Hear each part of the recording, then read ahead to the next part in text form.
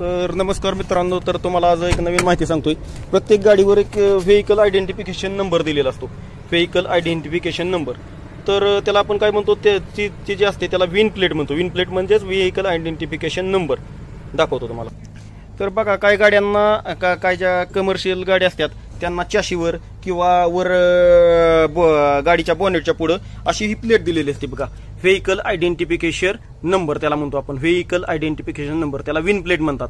तर बघा, त्याच्यावर काय असतं, काही छोट्या गाड्यावर कारमध्ये जर बॉनेटमध्ये जे सेंटर लॉक असतं ते सेंटर लॉक कशी अशी व्हेइकल आयडेंटिफिकेशन नंबर, त्यावर गाडीचं नाव असतं, त्याच्यानंतर इंजिन नंबर असतो, त्याच्यानंतर तर चाशी नंबर असतो। तर अशा प्रकारची ही माहिती त्याच्यावर दिलेली असते। तर ती समजा, आणि ती अशी रिवेटनं कंपनी फिक्स करून देते बरं का। जर ते रिवेट वगैरे तुटलेले, छेडछाड केलेल्या अवस्थेत जर असं आढळले तुम्हाला, तर त्या गाडीमध्ये काहीतरी इंजिन बदल, चाशी बदल असं झालेलं आहे असं आपण समजावचं असतं।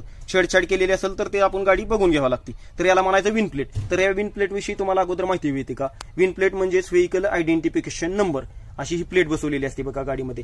छोट्या गाड्यांमध्ये सेंटर लॉक जवळ असते, काही गाड्यांमध्ये बॉनेटच्या वर असते, काही गाड्यांमध्ये ड्रायव्हरच्या दरवाजाजवळ बसवलेली असते।